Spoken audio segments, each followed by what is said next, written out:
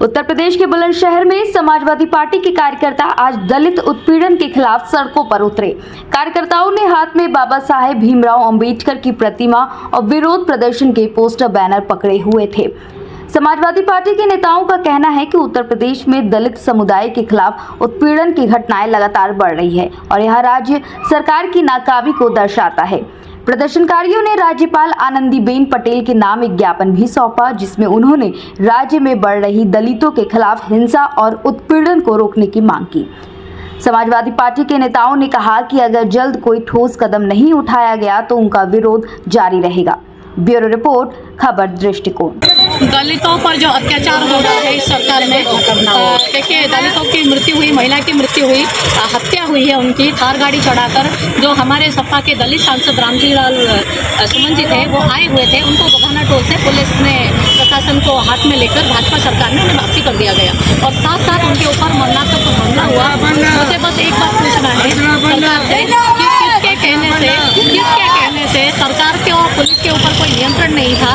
किसके कहने से भाजपा के जो आतंकवादी संगठन करनी सेना है उन्होंने इतने सारे टायर रोड पर इकट्ठा करके रखे थे? पुलिस प्रशासन कहाँ पे थी उस समय? पुलिस प्रशासन की तरफ से ये बहुत बड़ी चूक है। पुलिस प्रशासन भाजपा के सरकार इशारे पर काम करने आए हैं कि बाबा साहब का दिया हुआ और भारत के संविधान का मान रखने के लिए यहाँ पे नियुक्त हुए हैं। ये जरा उत्तर प्रदेश के पुलिस डीजीपी हमें जवाब दे।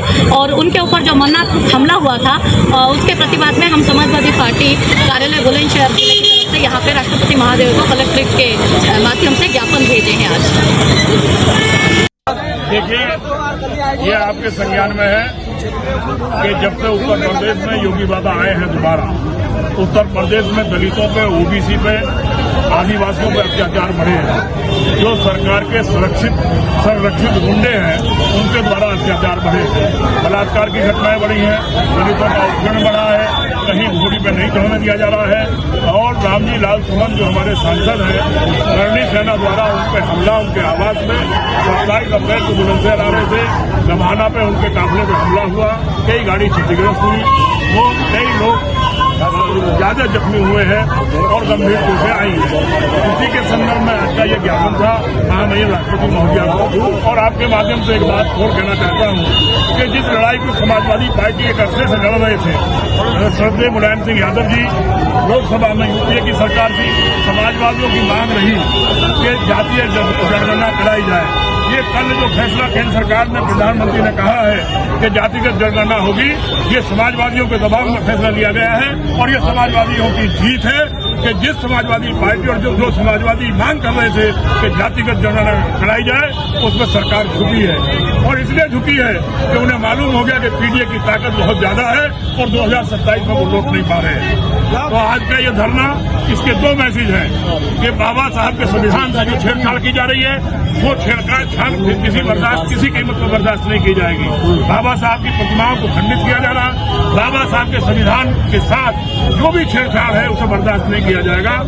और दलितों के अपमान और दलितों का उत्पीड़न समाजवादी पार्टी बर्दाश्त नहीं करेगी। जहां जहां उत्पीड़न दलितों का होगा, ओबीसी का होगा, समाजवादी पार्टी का एक कार्यकर्ता चट्टान की तरह उनके साथ खड़ा रहेगा और बाबा साहब के संविधान को बचाएंगे, देश भी बचाएंगे, पीडीए को बचाएंगे और दलितों की सुरक्षा और उनकी हिफाजत समाजवादी पार्टी करेगी।